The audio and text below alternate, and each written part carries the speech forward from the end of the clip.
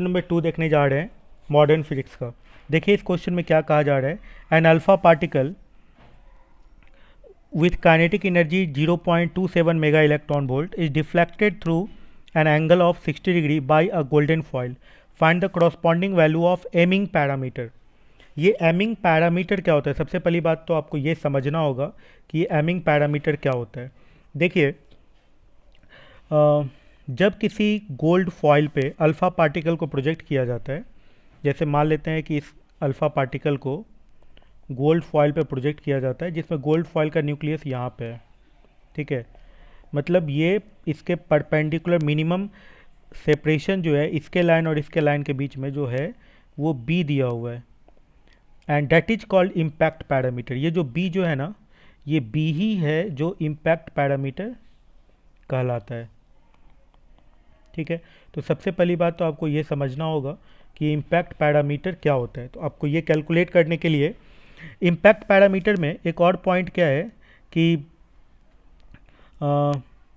जब आप impact parameter calculate करना चाहते हैं तो यहाँ पे जैसे अल्फ़ा पार्टिकल को जब प्रोजेक्ट किया गया है तो ये ऐसे करके डिफ्लेक्ट कर गया होगा, है ना। ये डिफ्लेक्ट कर गया होगा और इसका एंगल ऑफ डिफ्लेक्शन यदि थीटा है तो इस इम्पैक्ट पैरामीटर बी का इस थीटा के साथ जो रिलेशन है वो आपको पता होना चाहिए, ठीक है। तो वो जो रिलेशन है एंगल ऑफ डिफ्लेक्शन का इम्पैक्ट पैरामीटर के साथ, वो रिलेशन है, जैसे देखिए अल्फ़ा पार्टिकल को काइनेटिक एनर्जी के से फेंका गया है, के यहाँ पे kinetic energy of alpha particle है। वही रिलेशन मैं कैलकुलेट करके आपको बता रहा हूँ, उस फॉर्मूले को सिखा रहा हूँ। काइनेटिक एनर्जी के है और tan थीटा बाई 2 का जो वैल्यू होता है, tan थीटा बाई 2 का ऐसा यूनिट में मैं लिख रहा हूँ, या MKS यूनिट कहिए उसको, 1/4 pi epsilon not Q1 Q2 by 2BK होता है, ठीक है।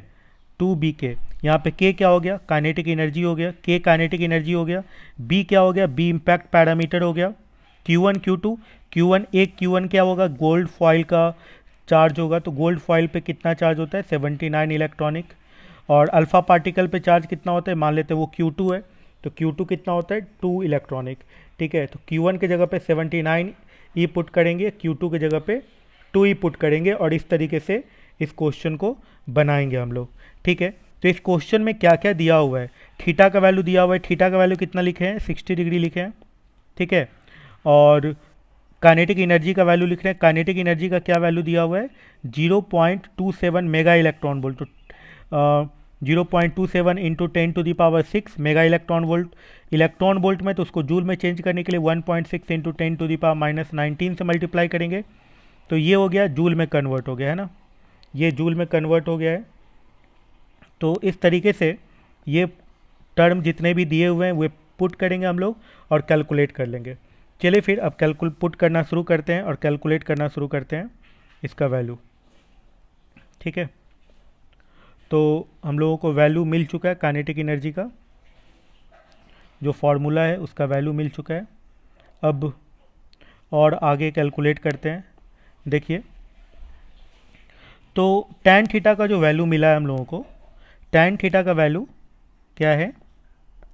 tan theta by 2 that is equals to 1/4 pi epsilon naught. तो उसको सीधा 9 इंटू 10⁹ लिख देते हैं। Q1 Q2 में 2 इंटू 1.6 इंटू 10⁻⁻19, ये गोल्ड ये अल्फ़ा पार्टिकल का हो गया। गोल्ड फॉइल के लिए 79 इंटू 1.6 इंटू 10⁻⁻19 हमने पुट कर दिया, बाई क्या हो जाएगा? 2BK। तो 2B का वैल्यू पता है, निकालना है ना। और K का वैल्यू पता है 0.27 इंटू 1.6 इंटू 10⁻⁻19। तो 1.6 माइनस 19 एक कट कर दीजिए, और यहाँ पे tan थीटा को क्या लिख देंगे? tan 30 डिग्री, है ना।